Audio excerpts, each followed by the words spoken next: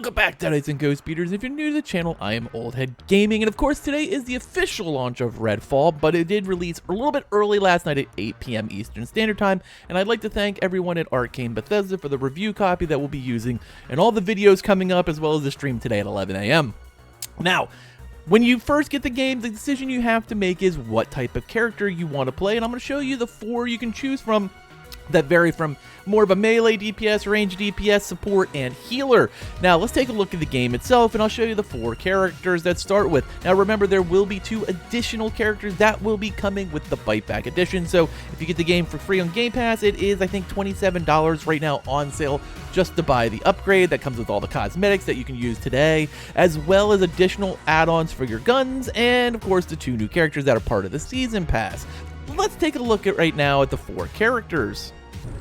When you load in, you choose which character you want. You can make up to 8 slots, so you can run different builds on different characters, different leveling, different playthroughs, different difficulties. But first, we're going to look at the characters themselves, and the first one's going to be Jacob, and this is your ranged, stealthy sniper, and he has 3 additional abilities. The first one is called Raven, and I'm going to bring up each one. As you can see here, there's a little option to take a little quick look at it, and you can see it in this little box down here. Now, Raven is basically sent out. It goes around, it's very ghostly, it then can mark all your opponents, so you can then either snipe them with your normal weapon or sneak up with them with Cloak. Cloak allows you, of course, to just cloak. You basically go invisible and you can sneak up and attack your opponents either with melee or going straight into the sniper mode. Now, his sniper gun is used also in close range, but you can also summon his epic version, which is called Heartstopper, which is the ghostly rifle, which has auto lock. Jake's a really cool DPS character if you're looking to play a more rangy sniper approach to it. Next up is Layla. Now, Layla is kind of the main character of the game, telekinetic threat. Awesome character. The first thing she has is called Lift. Lift is a psychic ability where she basically conjures like a bouncy board, which allows you not only to get to other areas, but it can be used by your teammates as well. Her second ability is called Umbrella. Umbrella is basically not only a psychic shield, but she can then use it as a blast forward, returning that damage back to her opponents. And finally, she can summon her ex-boyfriend Jason, who happens to also be a vampire, to come and just basically be an ad which will attack other mobs around you. So if you're solo play, Layla might be the way to go. The third character is your support character, and that is Devinder, aka Dev. He has 3 abilities. The first one is going to be Arc Javelin, which you basically throw a javelin, it says like just like it sounds like, which then has an electric AoE attack that anything within the radius, I think it's 10 meters, will get the shock.